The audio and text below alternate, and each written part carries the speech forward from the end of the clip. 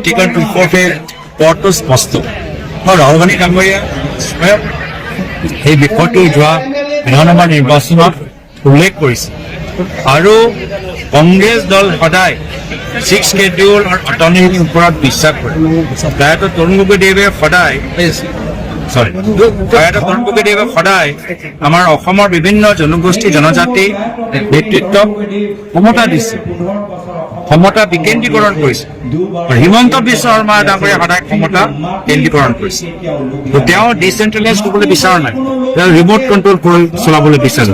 remote কণ্ট্ৰলৰ পৰা দিশো চলাবলৈ বিচাৰে কংগ্ৰেছ আহিলে ৰিম'ট কণ্ট্ৰল দিছপুৰত নহয় ৰিম'ট কণ্ট্ৰল ডিফুত থাকিব কাৰ্বি আংলঙৰ দেনগাঁৱৰ পৰা কংগ্ৰেছে আজি বিধানসভা নিৰ্বাচনৰ 26 বিধানসভা নিৰ্বাচনৰ ৰণলংকা বজাইছে বুলি আপুনি ভাবে নেকি ডেফিনেটলি আপোনাৰ ৰাজীৱ ভৱনত চাওক কেনেদৰে আমাৰ কংগ্ৰেছৰ সমাগম এইটোৱে প্ৰমাণ কৰে যে আমাৰ কংগ্ৰেছ দল আৰু মাত্ৰ কংগ্ৰেছ দল নহয় অসমৰ ৰাইজ আজি ৰণদংকা বজাবলৈ সাজু হৈছে যেন লাগিছে আমাৰ কংগ্ৰেছে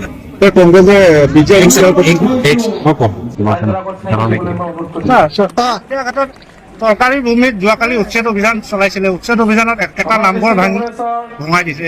মছজিদ ভাঙিছে কিন্তু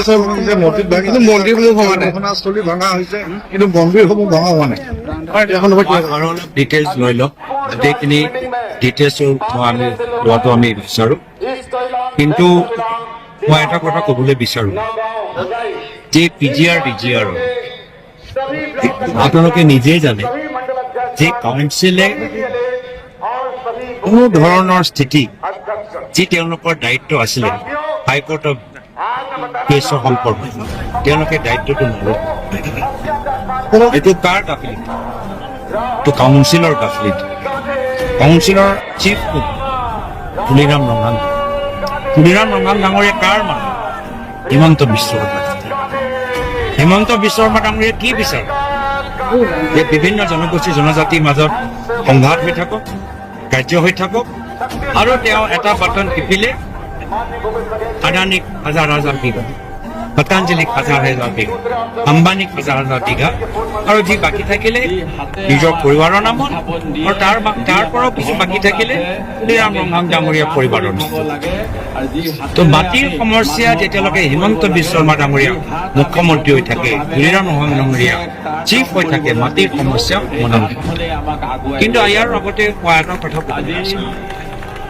যে কাৰ্বি গো বেক শ্লোগানটো আমি অসম বিৰোধী দেখিছোঁ কিছুমানে কাৰ্বি গো বেক শ্লোগান কোৱাটো একদম অনুচিত কাৰ্বি আমাৰ অসমৰ বিভিন্ন জনজাতিৰ ভিতৰত আটাইতকৈ পুৰণি জনজাতি কিন্তু লগে লগে মই ক'বলৈ বিচাৰোঁ এইটো মই ভাল পোৱা নাই কিছুমানে কৈছে সকলোৱে কৰা নাই আৰু একেৰাহে কিছুমানে আমাৰ ভোজপুৰী সমাজৰ যে ঘৰ জ্বলাই দিলে সেইটো মই দুখ প্ৰকাশ আমি যি আমাৰ মাজত কিছু সমস্যা থাকিব পাৰে কিন্তু আলোচনাৰ যোগেদি আইনৰ যোগেদি লোকতান্ত্ৰিকভাৱে আমি সমাধান হোৱাটো বিচাৰোঁ আমি নিজৰ মাজত সংঘাত ঘৰ জ্বলোৱা মাৰপিট আমি নিবিচাৰোঁ কিন্তু এয়া হৈছে হিমন্ত বিশ্ব শৰ্মা ডাঙৰীয়া ৰণকূট আজি কোকৰাঝাৰত একে হৈছে তাতো দুটা জনগোষ্ঠীৰ মাজত সংঘাত যি সমন্বয় প্ৰায়তঃ তৰুণ গগৈদেৱে অসমৰ বিভিন্ন জনগোষ্ঠী জনজাতিৰ মাজত কিমান কষ্ট কৰি 15 বছৰ একদম নিজৰ ঘৰৰ দৰে ধৰি ৰাখিলে আজি সেই ঘৰখন হিমন্ত বিশ্ব শৰ্মা ডাঙৰীয়া মাত্ৰ নিজৰ স্বাৰ্থৰ বাবে টচ কৰি পেলাই থৈছে কোনো আজি শান্তি না বঙালী মানুহ শান্তিত আছে না জনজাতি মানুহ শান্তিত আছে না আদিবাসী মানুহ শান্তি আছে না ভোজপুৰী মানুহ শান্তিত আছে না কাৰ্বি মানুহ শান্তিত আছে কোনো শান্তিত তো সেইকাৰণে যেতিয়ালৈকে হিমন্ত বিশ্ব শৰ্মা ডাঙৰীয়া থাকিব অসমৰ সমাজৰ মাজত শান্তিয়ে থাকিব সেইকাৰণে যদি অসমৰ মানুহৰ অসমৰ ভিতৰত যদি আমাক শান্তি লাগে